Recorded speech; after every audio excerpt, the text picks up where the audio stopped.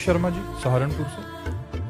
महाराज जी, मैं आध्यात्मिक जीवन और ग्रस्त जीवन के बीच में संतुलन नहीं बना पा रहा हूँ। ऐसे में कैसे स्थापित करूँ दोनों को? नहीं, कोई विपरीत नहीं है। हमारे पास आध्यात्मिक सिद्धांत है। यत करो शिव भगवान ने कहा है, जो तुम कार्य करते हो। कई बार सत्संग सुना होगा आपने, अगर ध्यान हो, कि यदि हम 8 घंटे नौकरी करते हैं, 8 घंटे में क्या आपको 8 बार कहने का अवसर नहीं मिला राधा राधा? ऐसा कौन सा कार्य है 8 घंटे जिसमें आपको राधा राधा बोलने का अवसर नहीं मिलेगा? अगर 8 घंटे में 8 बार राधा राधा बोला और 8वां घंटे के बाद हाथ जोड़ करके, हे प्रभु, प्रथम घंटे से 8 घंटे तक जो आपकी सेवा सांसारिक की वो आपको समर्पित करता हूं, भक्ति हो गया, कर्म समर्पण भक्ति हो गया। हमने तो प्रार्थना की है कई बार लोगों से कि अगर हमारी बात समझ में आ जाए, 5 मिनट में एक बार राधा बोल दो, हर 5 मिनट में एक बार राधा बोल दो। अगर तुम्हारी भगवत प्राप्ति न हो तो बताना, तुम्हारी सारी कामनाएं शांत हो जाएगी। हर 5 मिनट में एक बार राधा। यार क्या जाता है, 5 मिनट में एक बार राधा बोलना है। अगर 24 घंटे भजन न होने लगे तो हमें बताना, क्योंकि हमें याद रहेगा 5 मिनट में राधा बोलना है, तो राधा स्मृति बनी रहेगी। अंदर की स्मृति बनी रही तो समस्त कर्म बंधन नष्ट हो जाएंगे, समस्त पाप नष्ट हो जाएंगे। ये बेईमानी है जो हम कहते हैं हम गृहस्थी में है, हमसे भजन हो का समय नहीं मिलता। आप ईमानदारी से वृंदावन में बैठे हो, चलो बैठकर समय का विभाग करते हैं। 24 घंटे हैं, 12 घंटे कौन काम करता है? कोई बिरला ही काम करता है। तो 8 घंटे प्राय 10 घंटे काम करते हैं। हम 12 घंटे आपको काम के दिए, कार्य के 12 घंटे कार्य के दिए, 6 घंटे सोने के दिए, 12 6 18, 2 घंटे भोजन के लिए दिए, 18 19 20, 1 घंटे मनोरंजन के लिए दिए, 21, 3 घंटे बचे। बोलो 3 घंटे भजन दोगे? भजन में दोगे हमें? अगर 3 घंटे तुम हमें भजन में दो तो तुम्हारा मंगल ना हो जाए, वृंदावन में बैठ के कह रहे तो कहना। अब बोलो, आप समय को व्यर्थ करते हैं कि नहीं? आप समय को नष्ट करते हैं कि नहीं? अगर आप ईमानदारी से समय को प्रयोग करें तो हम 12 घंटे आपको काम के लिए देते हैं, 6 घंटे सोने के लिए देते, 2 घंटे भोजन के लिए देते, 1 घंटे मनोरंजन के लिए देते, 3 घंटे तो फिर भी बचे ना। चाहे विद्यार्थी हो, चाहे किसान हो, चाहे व्यापारी हो, चाहे नौकरी करते हो, कोई भी हो, 3 घंटे भजन में हमें दे दो। 3 घंटे भजन करो, देख लो तुम्हारा जीवन कहाँ उठ के जाता है, तुम कितनी ऊंचाई पर पहुंच जाओगे। अगर हम तैनात भी हैं तो हमारा मन खाली राधा राधा राधा राधा क्या चला गया? मान लो हम 12 घंटे तैनात हैं तो हर समय हमारा दिमाग कहाँ होना चाहिए? राधा राधा ड्यूटी में। अरे यार, भजन करना हो तो हर समय आप भजन कर सकते हो। कंप्यूटर में काम किया, 5 मिनट बाद बोला राधा, फिर काम किया, बोला राधा। अरे आनंद आ जाए यार।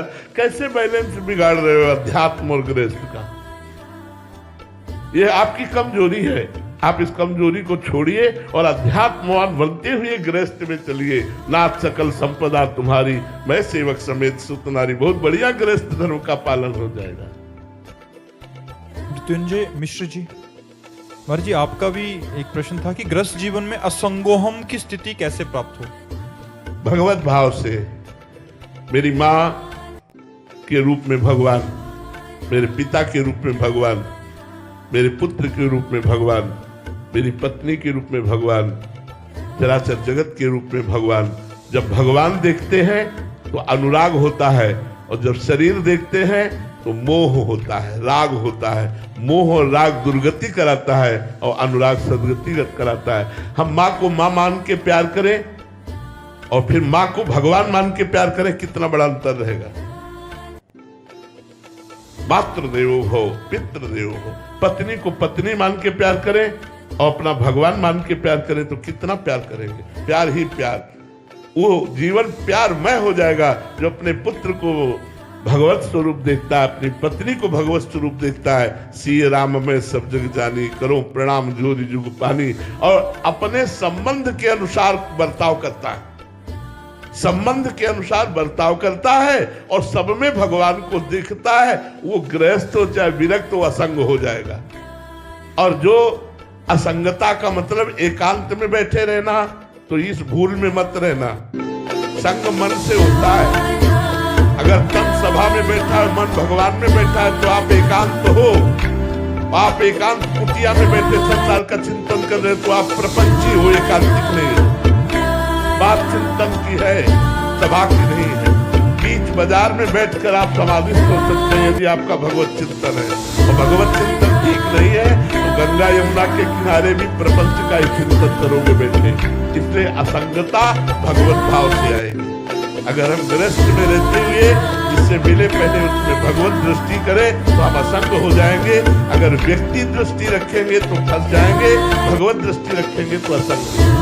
हमारा भाव भगवत भाव है और सामने से प्रतिकूल भाव है, जैसे कोई फर्क नहीं पड़ता, कोई फर्क नहीं पड़ता, क्योंकि मैं अपने प्रभु से अनुकूलता नहीं चाहता।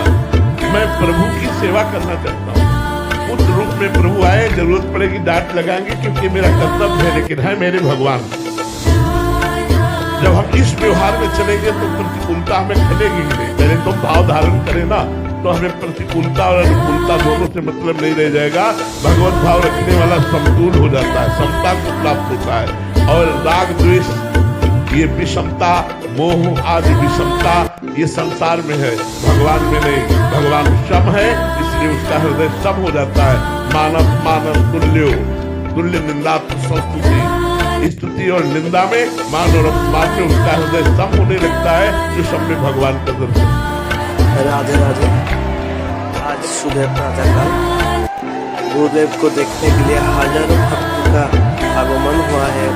कलीकुंज में, सबरी कुंज में एक झलक देखने के लिए, गुरुदेव को एक झलक सामने से देखने के लिए, आशीर्वाद पाने के लिए।